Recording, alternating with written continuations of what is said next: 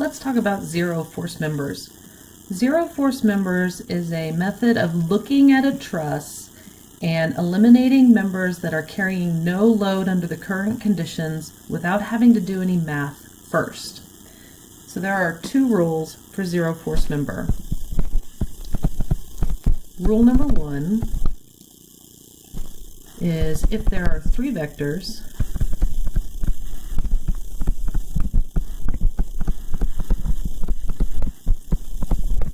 at one joint and two are collinear,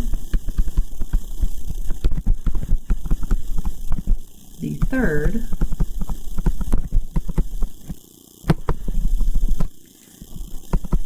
is a zero force member.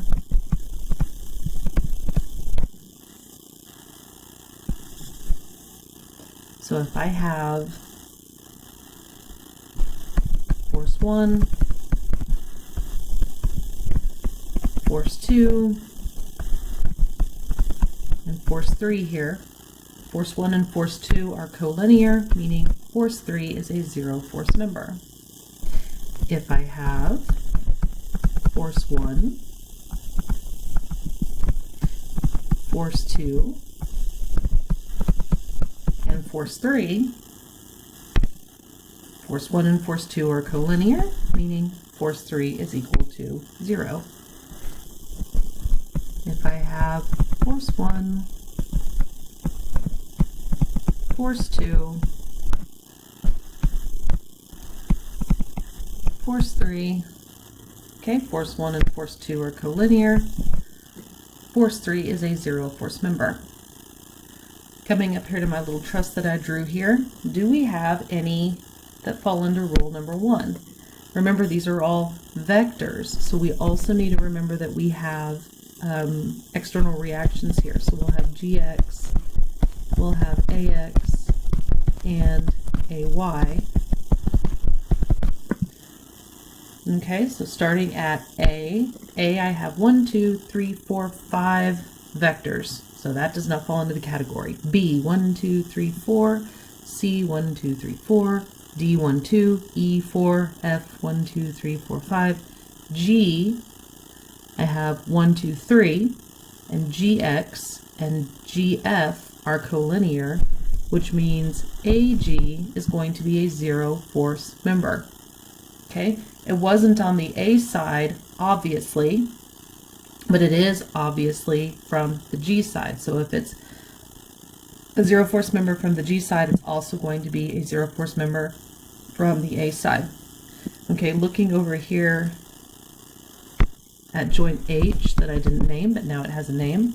Okay, I have AH and HF that are collinear, which means that HB is going to be a zero force member.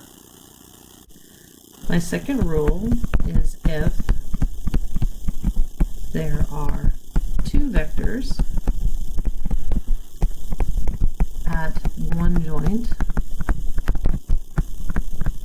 and they are not collinear,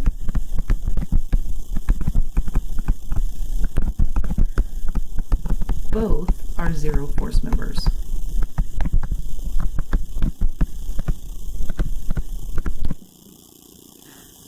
So if I have force 1 and force 2 acting at this joint, both are zero force members. If I have force 1 and force 2 acting at this joint, okay, not perpendicular to each other, but they're still both zero force members. If I have force 1 and force 2, okay, neither of them acting in a primary axis direction, they are still both zero force members. Okay, if I have two vectors. So coming back up to my example, do I have any place where I just have two vectors? Yes, I do, at joint D. Joint D, I have DE and CD, and neither of those are collinear, which means that both of them are going to be zero force members. Okay, with that taken care of, come take a look at joint E. Joint E now is a 3/4 member because ED is a 0/4 member, and CE and load P are collinear, which means that FE is a 0/4 member. And I'm doing that in a different color because that didn't show up until after our initial analysis. Okay, now back up to joint C. Joint C has 3 active members. None of them are collinear. So all 3, BC, CF, and CE, will have forces. Same with B. It's now a 3/4 member, or a 3/4 joint, but none of them are collinear. A, let's see, 1, 2, 3, 4, still 4 at A. I think that takes care of everything. So we've taken our truss here and reduced it by 5 members that we don't have to solve for because of 0/4 member recognition. That being said, ladies and gentlemen, if you're not sure about this and if you're still learning and getting comfortable with trusses, this will all work out in the math as well. So if we still do method of joints and we're learning next method of sections, you will still end up with 0/4 members. Just like in our previous example here, where joint D had a 0/4 member BD that we solved for at joint B, and that we proved down here at joint D with CD and DE being collinear. A second method that we can use for solving trusses is method of sections. So we're going to add 2 more rules to method of sections that we had from method of joints. First is each member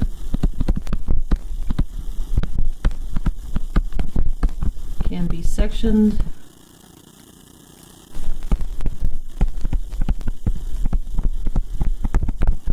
only once,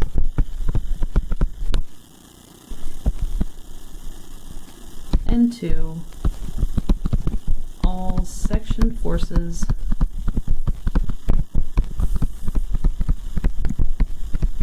act at the joints.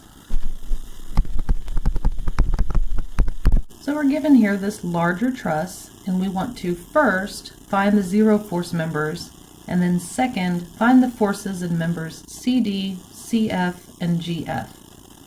So just like method of joints, I want to start with external equilibrium, which means solving for the connectors at pin A and roller F. So I'm going to begin with a free body diagram. And I have a pin at A, which means I have AY and AX. And I have a roller at F, which means I'm going to have reaction FY. So when I sum 4 forces in the X direction, I have AX plus 15 kilonewtons. AX will equal 15 kilonewtons negative, which means I need to switch my assumed direction. I am going to next sum forces in the Y direction, and that will give me AY plus FY minus 24 kilonewtons. 2 unknowns, 1 equation. Let's do another equation. Summing moments about A. I'm going to add counterclockwise to the equation. So I will have Fy acting at a distance of 4 meters, and it'll be going counterclockwise about A. I'll have 24 kilonewtons acting at 12 meters, not 12, 6 meters. And it is causing a clockwise rotation, which is negative. And then I have 15 kilonewtons acting at 2 meters from A, and it is also causing a clockwise rotation. So solving for force Y, I find that it has a magnitude is 43.5 kilonewtons up. Plugging that in up here, we have AY is 19.5 kilonewtons down. Now that I have all my reactions solved for, I can go through and see where my 0/4 members are. So working alphabetical order, A has 4, B has 4, C has 4, D has 3. 2 of them are collinear, which means the third one is a 0 force member.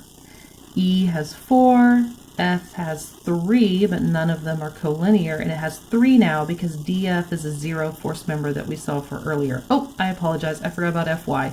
F has 4, G has 4, so our only 0 force member is DF. Next, we need to take a section where we can solve for members CD, CF, and GF. And it looks like I can take my section right here, A, and that'll cut each member once, and we can then represent it as a vector. Looking at section AA, to the left of our cut, we have AY, which we just solved for is 19.5 kilonewtons, AX, which is 15 kilonewtons, and then we need to represent our sectioned members with vectors. So we have force GF, we have force CD, and then lastly we have force CF, and it will be acting at a 45-degree angle from the horizontal. Now that I have my free body diagram, I can use my equilibrium equations to solve. Looking at this, I only have one unknown in the y direction, which is CF, so that's where I'm going to start. Summing forces in the y direction, I have 19.5 kilonewtons minus force CF times the sine of 45 degrees. We find that force CF is equal to 27.6 kilonewtons, and it is negative, so that means it is acting in compression. Next, I'm going to sum my moments about point C, and I'm picking point C because I have 2 forces acting at C, so that will give them 0 distance, so they'll go away, if you will, in my moment equation, so I'm just left with GF. So summing moments about C, 0 is equal to 19.5, that is acting at 2 meters away from C and causing a clockwise rotation. I have 15, which is also acting 2 meters from C and causing a clockwise rotation. And then I have force GF that is acting at 2 meters from C, and it is causing a counterclockwise rotation about C. So my force GF calculates to be 4.5 kilonewtons, and it ends up negative, which means it is in compression. The last one that I need is CD, so I'm going to sum for forces in the x direction, and I will have minus 15 kilonewtons plus force GF, which we found to be 4.5 kilonewtons in compression, so I'll put that negative sign there. And then I have plus force CF, 27.6 kilonewtons, that is also in compression, cosine of 45 degrees, and then plus force CD. So force CD is equal to 39.0 kilonewtons, and it came out positive, so it is acting in the direction I assumed it, which is tension.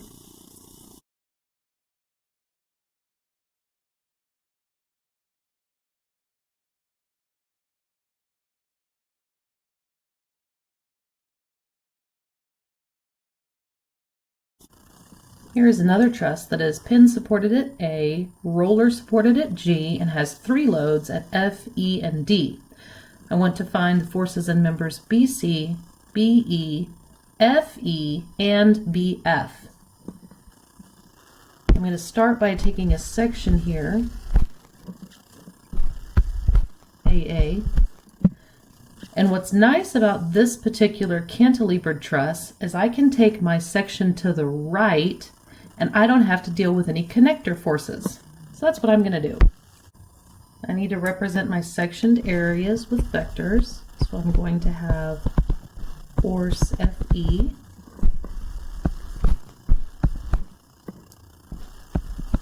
force BE,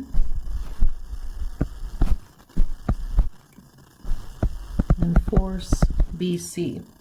Don't worry about BF. We'll come back and take care of that one in a minute. Force BC is going to be acting at a 5, 12, 13 slope. Force BE is acting at a 39.8 degree angle from the horizontal. So I need to start with summing forces. So I'm going to sum forces in the x direction.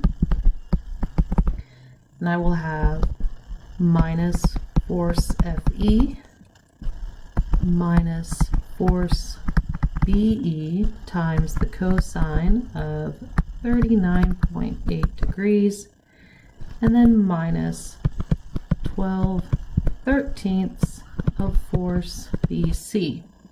Too many unknowns. Summing forces in the y direction, I will have force BE times the sine of 39.8 degrees plus 5/13 of force BC minus 40 minus 30. My two forces. Two forces are still there. Even when we take the section away, the loads still have to be there. I still have too many unknowns, so I'm going to sum moments about a point. And I'm going to pick about point E, because that'll take care of two forces that have no distances from point E. So I'll have the horizontal component of BC, so that'll be 12/13 of force BC, and it acts at a distance of 1.67 feet from E. And then I will have my 30-pound force that acts at 4 feet. And let's see, BC, the vertical component, has no horizontal distance from E, so that's why we're only using the horizontal component. And it's causing it counterclockwise, so it's positive. And then my 30-pound force is horizontally 4 feet away, and it is causing a clockwise rotation. So we find that force BC is equal to 78 pounds. And it does end up positive, which means it's in tension. So I can come and replace it in here.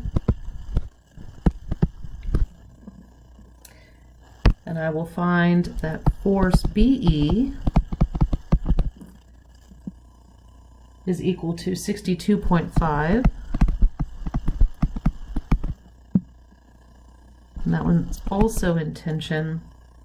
And then lastly, force FE is equal to 120 pounds, and it comes out negative, so that means it is in compression. All right, I have one more left to solve for, and that is BF. BF could not be in the section that I made without cutting one twice or having too many unknowns. So I'm going to go back to method of joints and solve for BF. We need to solve joint B to get force BF. So I'm going to start by summing forces in the x direction. And I will have minus 12/13 force AB plus 78 times 12/13 plus 62.5 cosine of 39.8 degrees, and we find that FAB is equal to 130 pounds in tension. So with that one taken care of, we can now sum forces in the y direction, and we will have 5/13 of 130, which is FAB, minus 5/13 of 78, minus 62.5 sine of 39.8 degrees, minus FBF. FBF CF is equal to 20 pounds in compression. Here we have another truss with a pin at A and roller at E, and I want to find the forces in members BC, CF, and FE.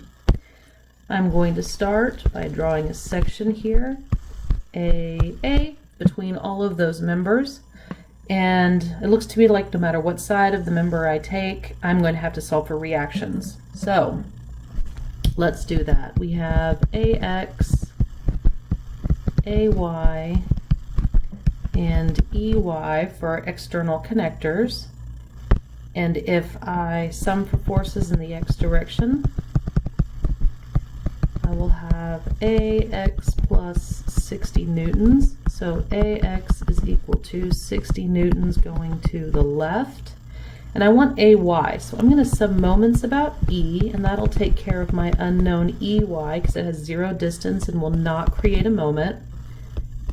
And I'll have AY times 7, that is acting clockwise about E. I will have 40 newtons times 3, that is acting counterclockwise about E. I will have 60 newtons times 4, that is acting clockwise about E. And then that horizontal 60 newtons times 4, that is acting clockwise about E.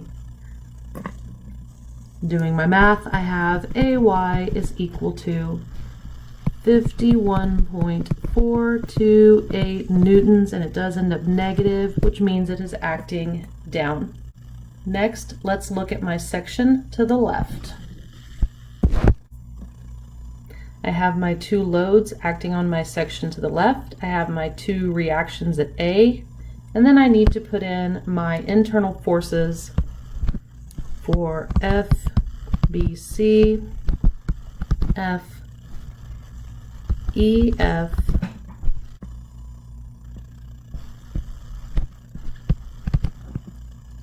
and FCF, that is acting at a 3, 4, 5 slope.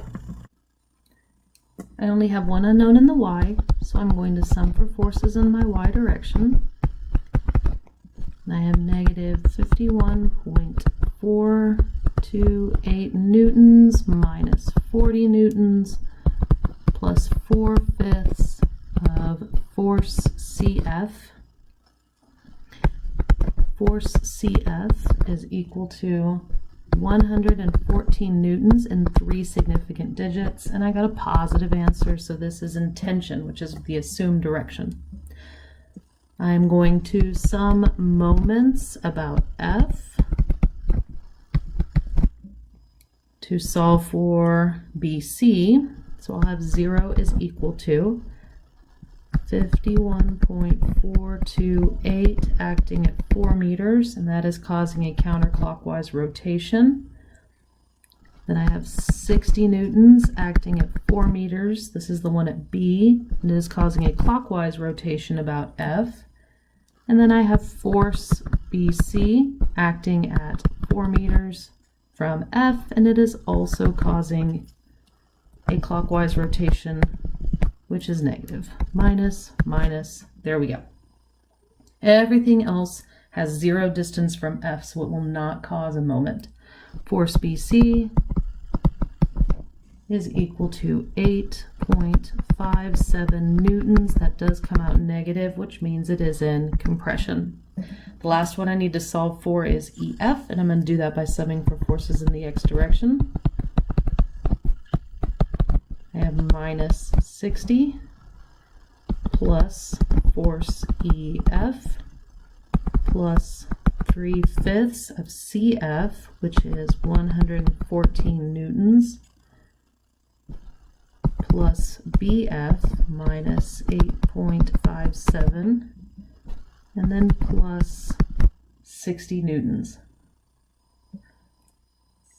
I will have a solution for EF that is equal to 60 newtons, and it is negative.